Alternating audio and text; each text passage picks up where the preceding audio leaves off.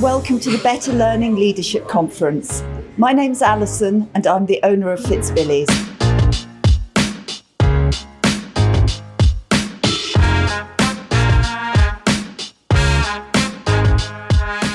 So now I'm going to show you how to make Fitzbillies sultana scones using the recipe that you've been sent. The first things to do when you're baking, and it's so easy to forget, is to set your oven. So for this you need to preheat your oven to 190 degrees centigrade or 170 if it's a fan oven. And prepare your baking tray. So we need a flat baking tray, just any old metal tray. You can see mine's kind of old. And it says to line it with a sheet of baking parchment. In fact, what I'm using here is a sheet of silpat, which is what we use in professional kitchens, but just any baking parchment, greaseproof paper will be great. So we're going to start with the dry ingredients. I'm going to take you through all the ingredients, in fact. So the dry ingredients, we've got 400 grams of plain flour. I'm going to take 3 teaspoons of baking powder, that's 30 grams. And here we've got 50 grams of caster sugar.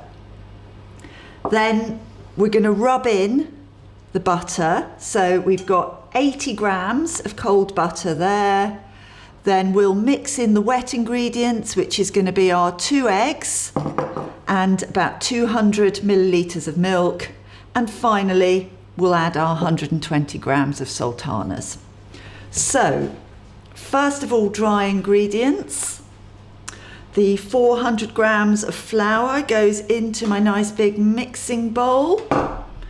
Then I'm going to take my 30 grams, yep, that's right, of baking powder. So 30 grams is about 3 teaspoons. A teaspoon is about 10 grams. So we're going to pop that in. Then I'm going to tip in the sugar. It's just really quite a small amount of sugar. It just makes them very slightly sweet.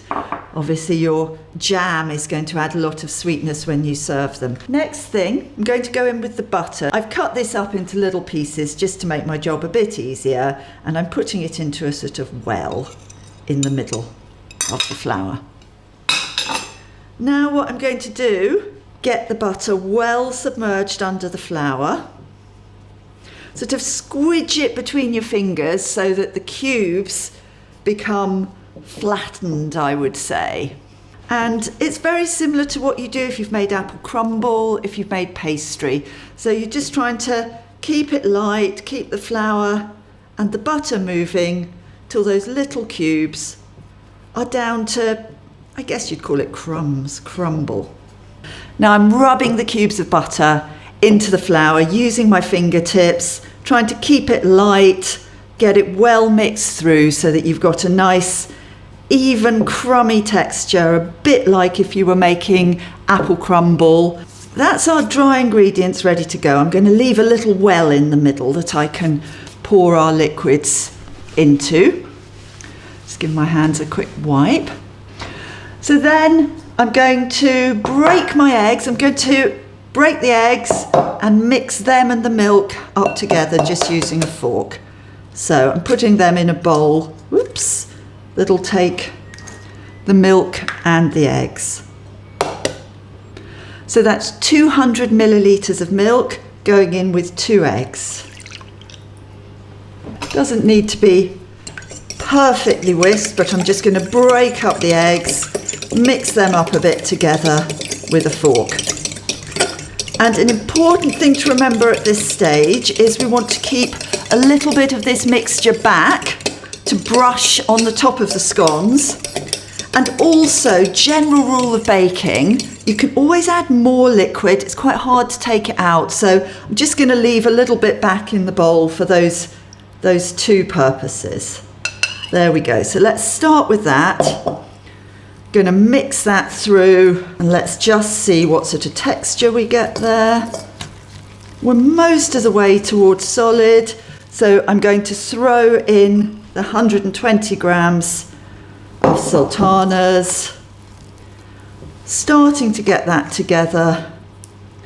You really want to do as little mixing as possible, so we're just combining it first of all with the fork, and then I'm going to go in with my hands just to sort of pull it together. You'll have the inevitable problem of some sticky bits on your fingers, so just pull those off.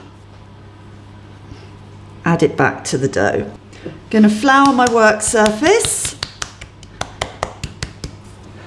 Put the egg mix over here for use later. And I'm going to turn out my scone dough. So it's very nearly come together.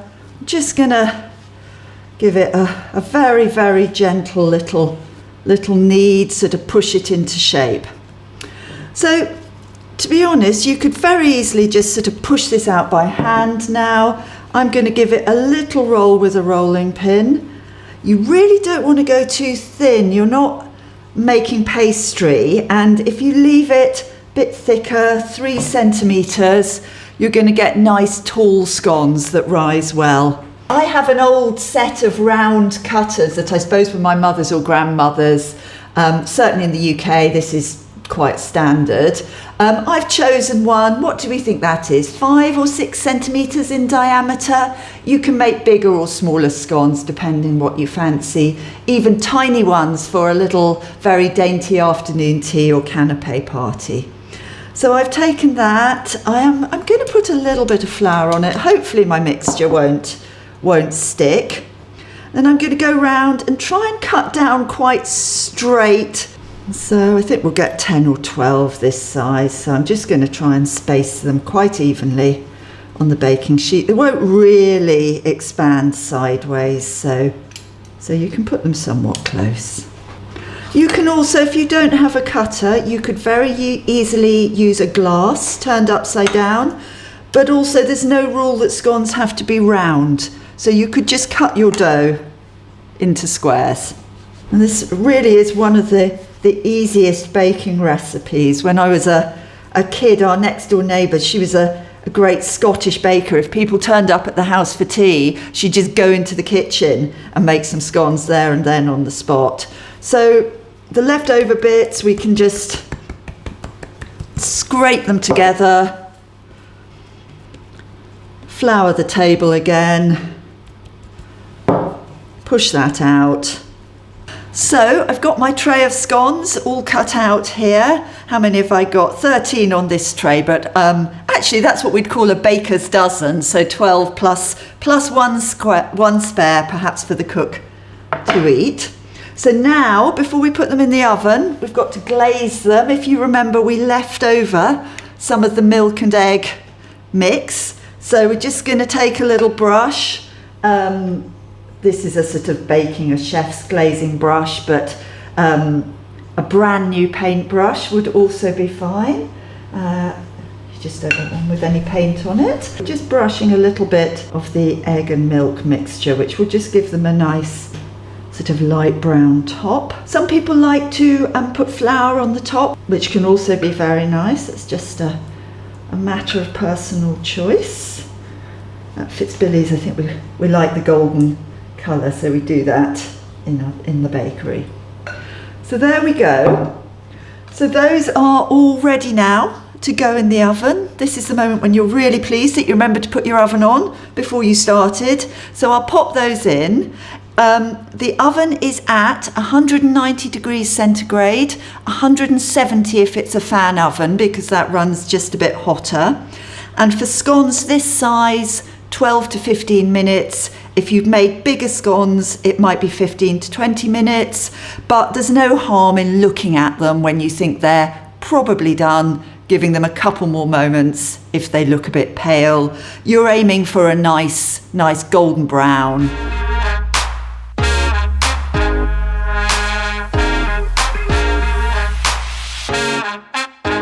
Fitzbillies celebrated its 100th birthday last year.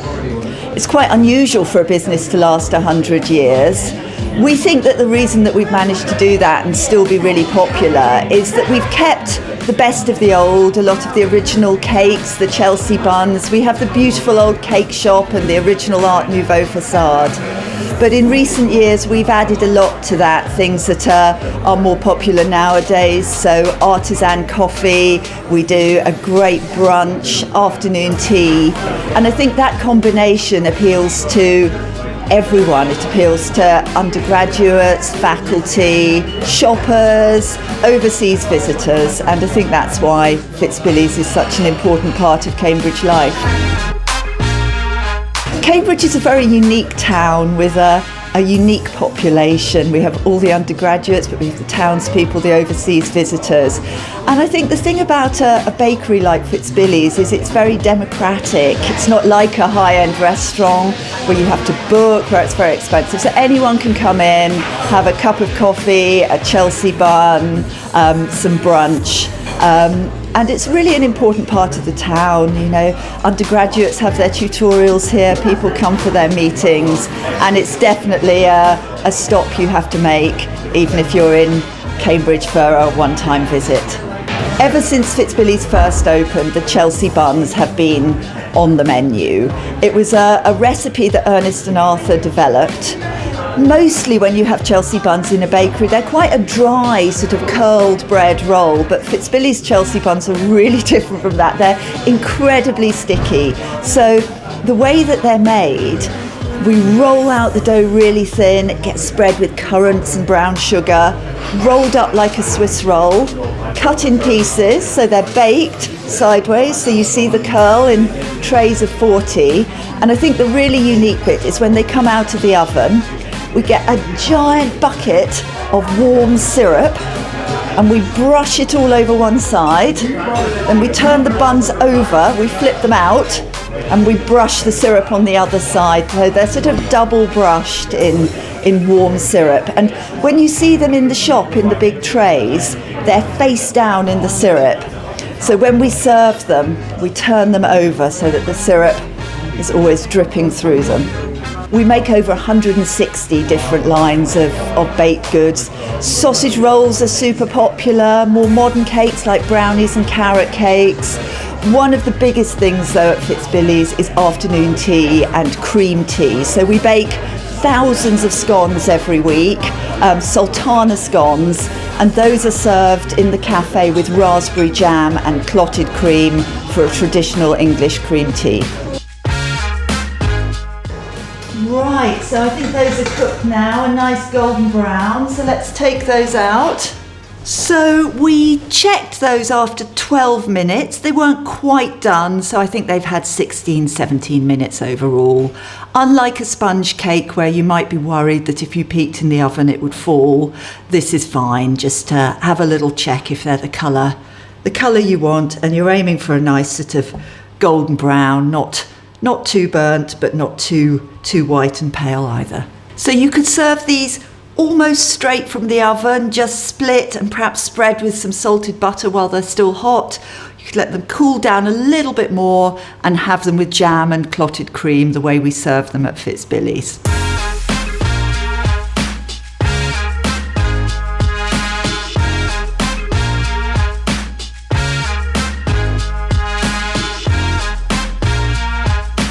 Thanks very much for joining us today. Really hope you enjoy the rest of the conference, and I hope that in the future you make it to Cambridge and come and visit us at Fitzbillies.